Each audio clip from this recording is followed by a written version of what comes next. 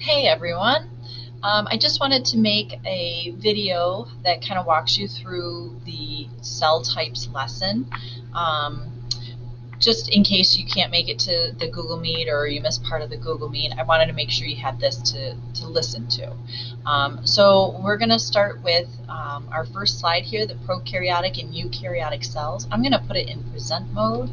That way we can see some of the details better here. Okay, so we're going to talk about these two different cell types in this lesson. And again, the directions are if you see a box with a pink outline, you're going to be typing or doing something there. Okay.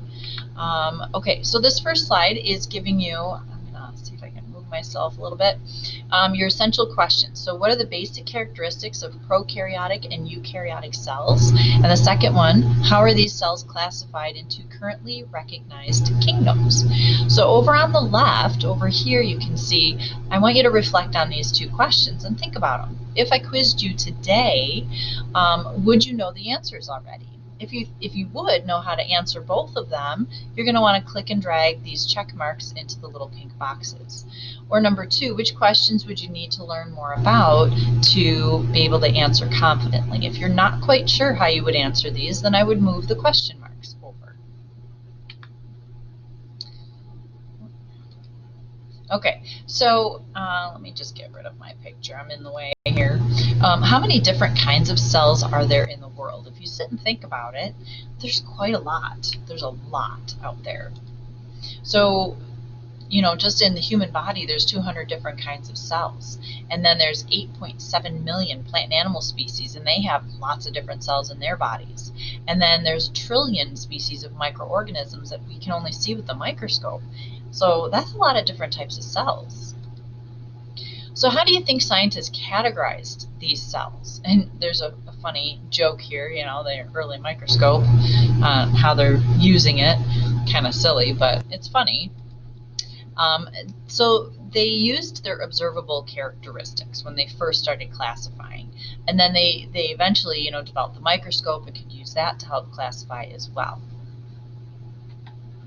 So now you get to be the scientist. You're going to categorize the cards on the next slide into groups based on similar characteristics. Each group has to have 3 cards, at least 3 cards in it, and you have to have a minimum of 2 groups, but do not group them by color.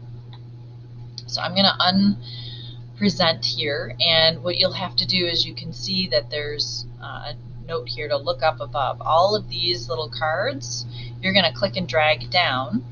And then here, you're going to like double click and rename these with your whatever characteristic you're categorizing these cells by. Okay, so you can create up to 4 categories.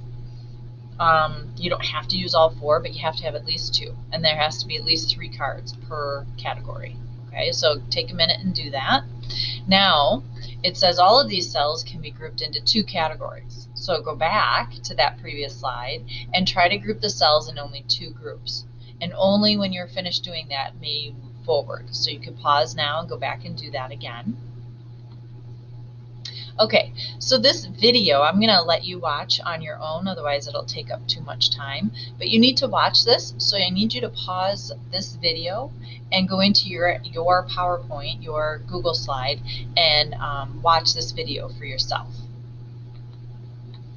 Okay, so now you've watched the Amoeba Sisters video. They gave you a little preview. We're going to talk some more about prokaryotic and eukaryotic cells.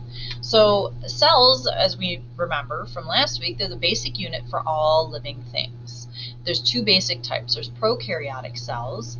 They belong in the category, like they categorize everything, all living things. So they belong in the domain bacteria and archaea. There's 2 domains that they can be categorized into, and they belong to the kingdom Eubacteria and Archaebacteria. All the rest of the cells are considered eukaryotic, and they are in the domain eukaryotic, eukaryotic domain, and we're going to be in the kingdoms protists, fungi, plants, and animals. Okay, so it's pretty much everything else. So you're going to take a look at the image on the left. What do you notice? What are the similarities and differences between these 2 cells? I want you to list at least 3 details in this answer square. Okay, And I can put it back on present mode so you can see it better with more detail. So find some similarities and differences. And you're going to put 3 things down. So pause this video and write down your answer now. Okay, so now that you've figured out what you think might be some similarities and differences, we're going to break down these words. Prokaryotic. Pro means before. That prefix means before or basic. Kary, if it's translated from its Greek roots, it means central kernel or nucleus. So they're talking about a basic nucleus or no separate nucleus. So if we look at the word prokaryotic, pro means before, kary is referring to nucleus. So this is a type of cell before nuclei were really developed. And then eukaryotic, eu means true or good. And again, kary means nucleus. So this means we have a true nucleus. So any eukaryotic cell is going to have a membrane-enclosed nucleus. So both types of cells will have genetic information. In a prokaryote, it's just kind of floating around in a bundle. But with eukaryotes, they actually have a nucleus where you can find the genetic material. Okay, so now you're going to take a minute to organize the basic characteristics that you can observe of each type of these cells. For example, how the cell looks. So you can use these images to help you, and I want you to type at least a couple in each of your squares. What do they have in common? What do they have different from each other that you can see? Okay, some similarities. They both have DNA. Both prokaryotes and eukaryotes have genetic material.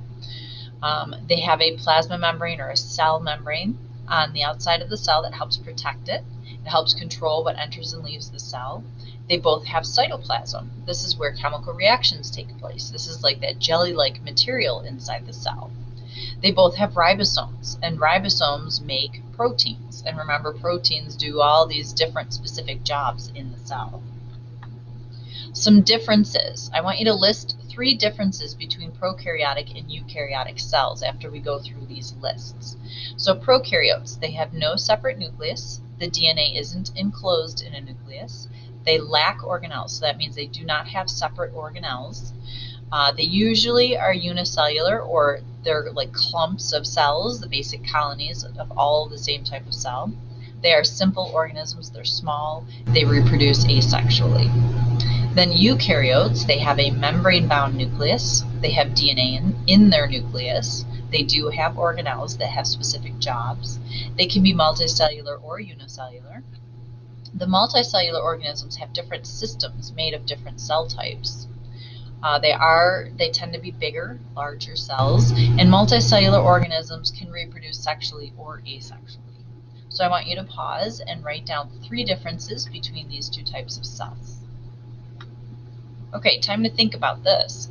Scientists need to learn to make arguments based on evidence. That means they back up their statements with the facts that support them. Prokaryotes and eukaryotes look very different. Write an argument based on evidence that they should both be considered cells anyway. So think about the things that they might have in common, or the definition of what makes something a cell. And that's what I want you to write down here. How can you consider both of them to be cells? All right, now that you know how prokaryotic and eukaryotic cells are similar and different, if you can, you may not have this ability to work with a partner, but I want you to come up with a list of organisms for each cell type. One list should be very easy to build. The other might take a little research. So it's okay if you Google different types of organisms that fit into these categories. So you're going to pause right now and write down a list of organisms for each one.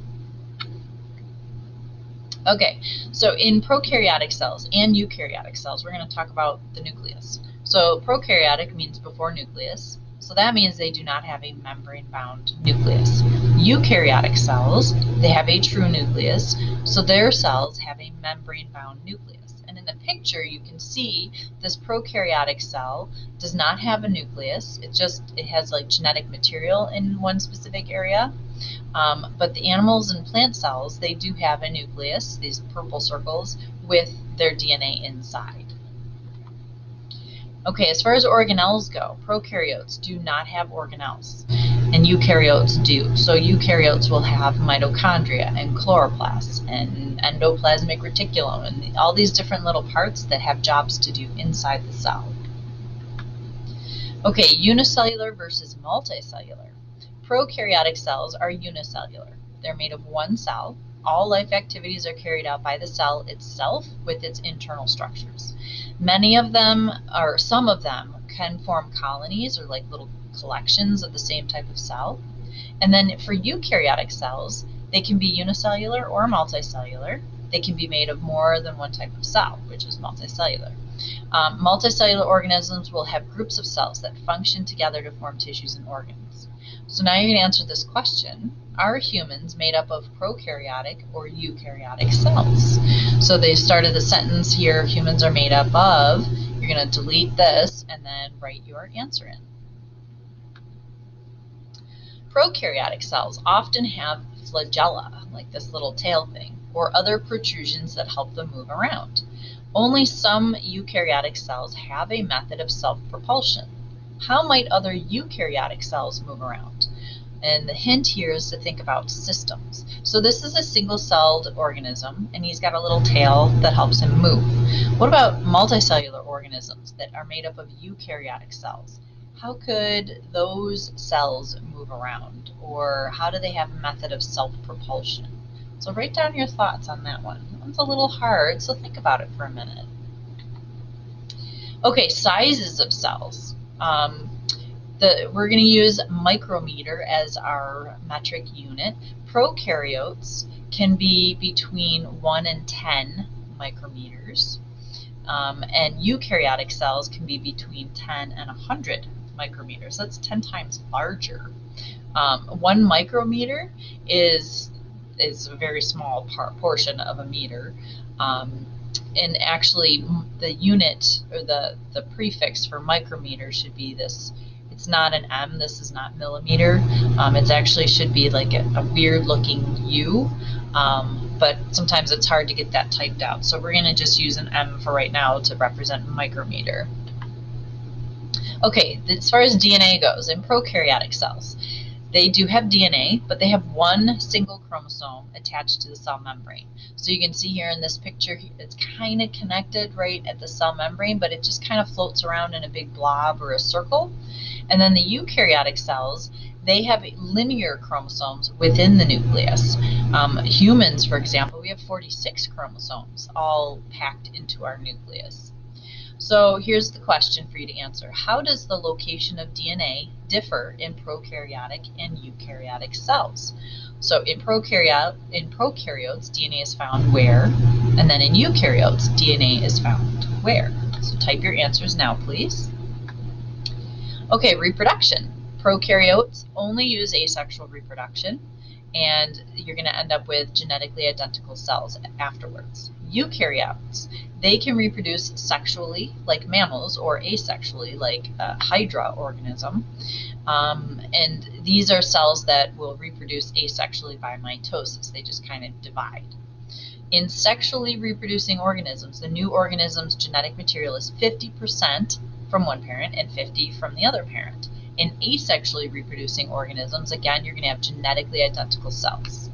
So the question you're answering, what is the difference in reproduction between prokaryotic and eukaryotic cells? So you're going to write your answers here. Okay, now you're going to do a drag and drop. So I'm going to minimize a little bit. You're going to take these statements and you're going to drag and drop them to where they belong. Prokaryotes are over here on the left. Eukaryotes are over here on the right. So please pause and move those now. Okay, so prokaryotes are organisms like E. coli. That's a type of bacteria.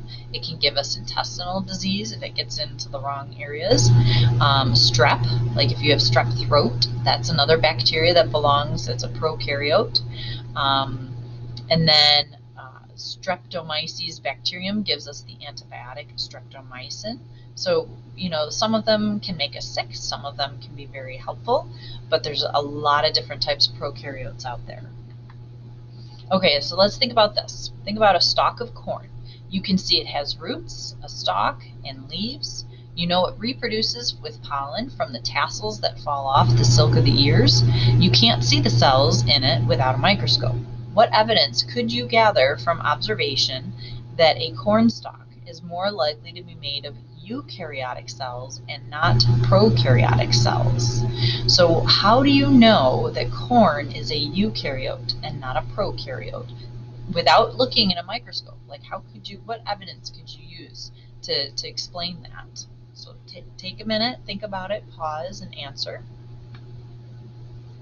Okay, so here's some organisms with eukaryotic cells: yeast, paramecia, mushrooms, grass, potatoes, trees, algae, frogs, humans, pretty much anything that you can think of that you can see easily.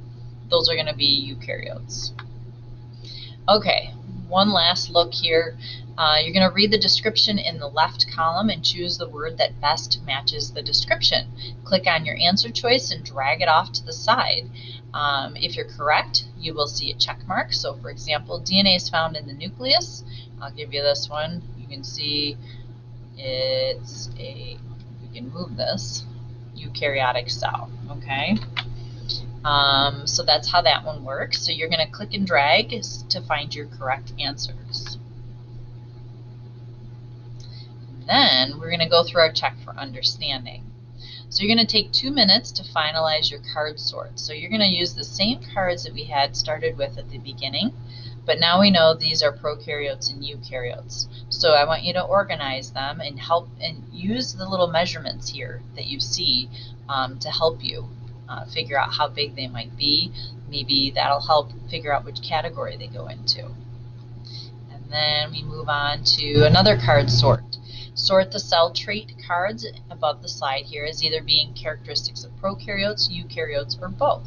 So here's all the little like organisms are only unicellular, they contain cytoplasm. You're going to click and drag. Is it just a prokaryote? Is it just for eukaryotes, or do they both have this? And then we have a mystery cell. You are a scientist working in a research lab. You receive a new cell specimen that you must examine under a microscope. After staining the cell to highlight its structures and examining it under a microscope, you notice a small dark circle in the center of the cell.